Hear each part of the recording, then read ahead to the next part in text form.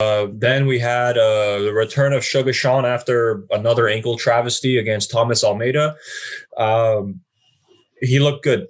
Yeah. Sean looked good. I think, maybe Thomas was hoping that fight would have ended in the first round.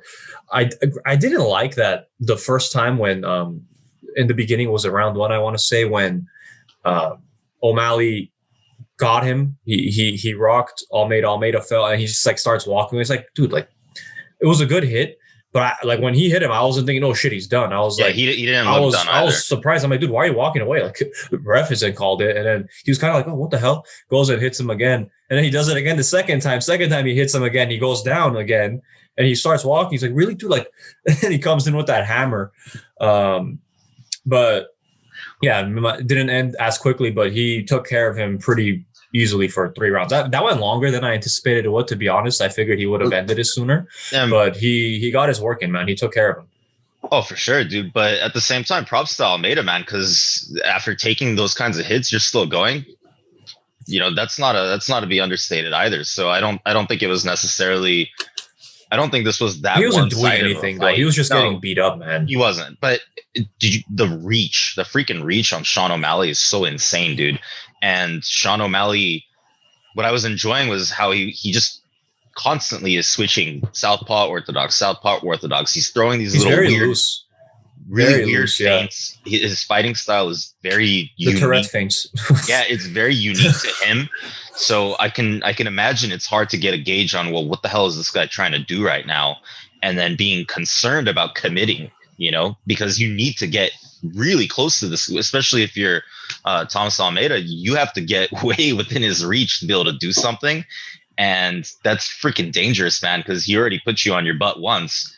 So I get it, kind of. So, I can understand the mental challenge of like, shit, I just got put on my butt. You're going to be a little tentative, but at that point, that should also light something up, and a light bulb should be going off in your head of like, okay, if this is how this could potentially go, then I need to be way more aggressive. Otherwise, I'm going to lose for sure. So, and I feel like this happened in a bunch of fights actually during this event, and we'll get to those too. But I've noticed a lot of these guys, they just get really scared or concerned or tentative. I don't know what the right word is, but they seem to forget that, okay, no, dude, yeah, maybe you got hit really hard there, but it doesn't matter. You still need to win. You still need to. It doesn't matter how badly you get hurt. You need to finish this other guy in front of you. This isn't it's not a game. You're playing. This is your career. This is your everything right here. Why would you not want to leave everything that you have in the ring? It makes no sense to me. Like, oh, I got hit. Let me move all the way to the back here. Like, okay, dude, you got hit. You're scared you're going to get knocked out. It is what it is. If you get knocked out, you get knocked out. But don't get knocked out, or don't end the fight by not doing anything. If you lose by knockout, you lose by knockout. If you lose by decision, you lose by decision. It doesn't matter how you lost. That's not what's important. What's important is, did you win or did you lose? Period. Right. In my opinion, at least. Like Vin Diesel says, winning's winning. It doesn't matter if it's by an inch or a mile. You know what I mean? Right. Yeah.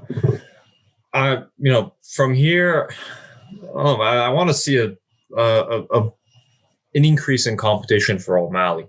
Like the Cheeto Vera fight was probably his toughest opponent at that point.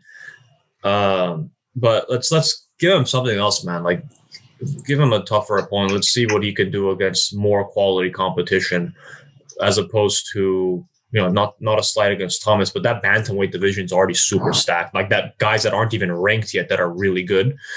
So I'd like to see him pushed a little bit more. I mean, he came into this fight like minus 330, and you saw why. I mean, he just ragdolled him for almost 15 minutes. So, props to O'Malley as well.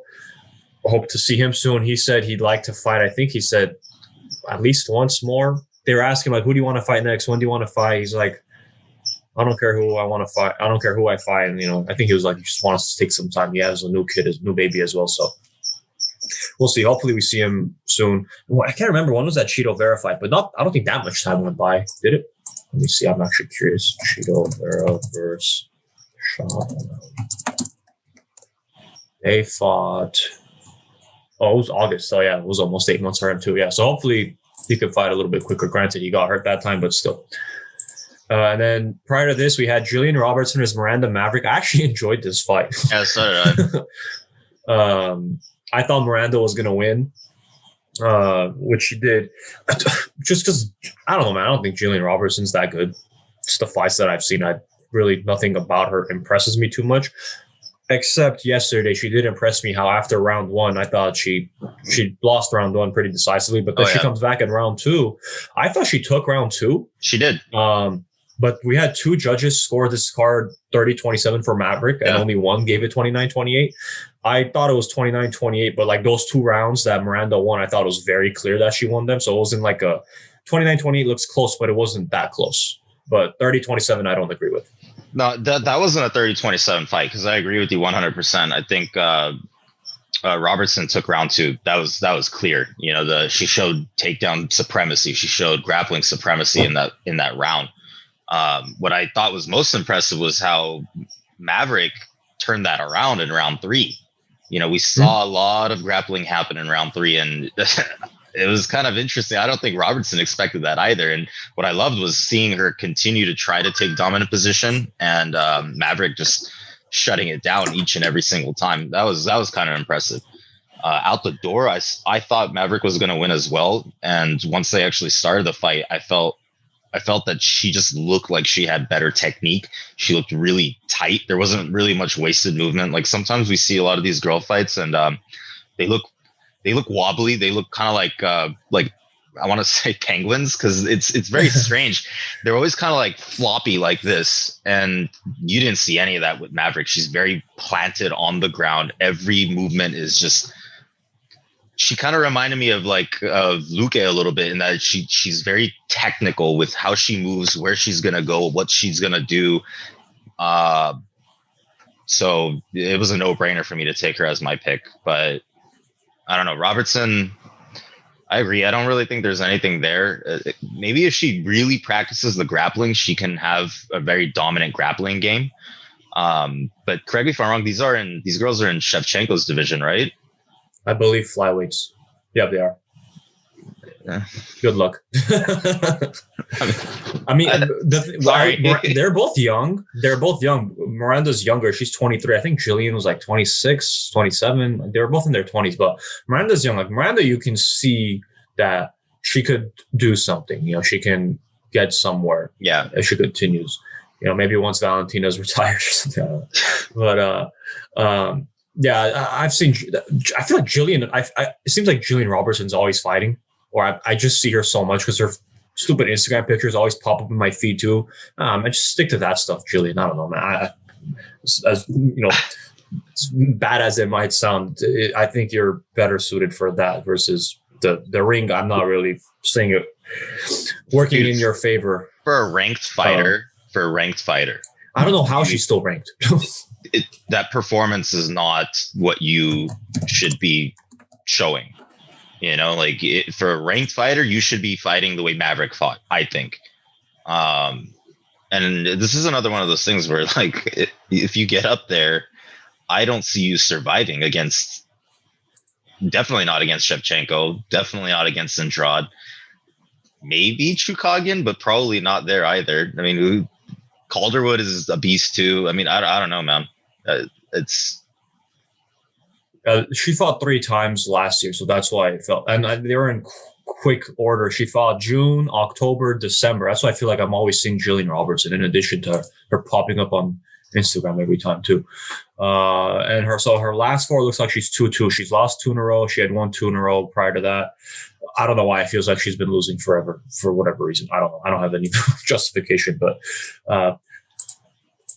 let's see what's next for Miranda. Again, very young, and I checked. Gillian is 26, so she's young too. So it's not like she's like an old dog. But get back to the gym, train harder.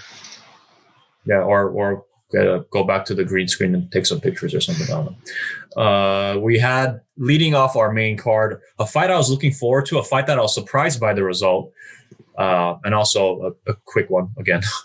we went from the prelims, most of them going the distance, and then we went to the main card, everything and finishing like this, minus the Maverick fight. So we had Jamie Mullarkey versus Khama Worthy. Khama Worthy, I think this was the first time in his last 2 fights that he actually entered the favorite. The last couple fights, he was the underdog. And based on those last 2 fights that I saw him watch, I was like, no, man, I think it's Khama Worthy's time. Actually, he lost his last fight too. I don't remember that. I watched that though, but I don't remember him losing that. I was like, maybe we see Worthy take this. I actually felt pretty good that Worthy would take it. No, he got taken care of pretty quickly. He ate some tough shots there by Jamie. I would have loved to have seen this one go the distance, man, because the way they both opened up with and the feinting that they were doing, I thought was fantastic. They were both. It looked like this going the distance would have probably been, one of those fight of the night style fights, but that left catching Worthy in the chin, man, freaking nuts, dude. That was crazy to watch. And there were moments where